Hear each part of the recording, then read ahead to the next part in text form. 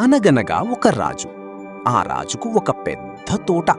ఆ తోట కాపలాదారుడు సూరయ్య, అతని భార్య నరసమ్మ. వారు తోట్లోనే కాపురముండేవారు.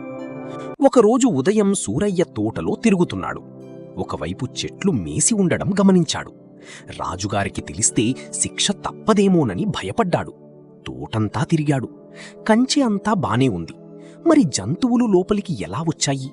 సూరయ్యకు అర్థం కాలేదు. ఆ రోజు నుంచి ప్రతి రాత్రి సూరయ్య కంటిమీద కునుకు లేకుండా కాపలా కాశాడు. పున్నమి రాత్రి వచ్చింది. వెన్నెల పిండారబోసినట్లుంది.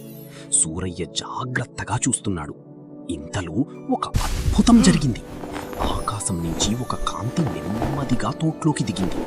అది ఒక అందమైన రెక్కల ఏనుగు. మిలమిలా మెరుస్తోంది. సూరయ్య ఆశ్చర్యానికి అంతులేదు. ఆ ఏనుగు తోటంతా తిరిగింది. తనకిష్టమైన ఆకులన్నీ మేసింది.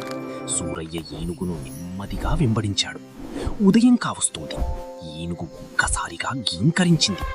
ఏనుగు పైకి ఎగిరింది. సూరయ్య గబుక్కున దాని తోక పట్టుకున్నాడు. ఆకాశంలోకి పయనించాడు. వింత లోకం చేరాడు. అక్కడ ఎటు చూసినా రత్నరాసులే. భవనమంతా బంగారుమయం. జంతువులు ఆకాశంలో ఎగురుతున్నాయి. పక్షులు మాట్లాడుతున్నాయి.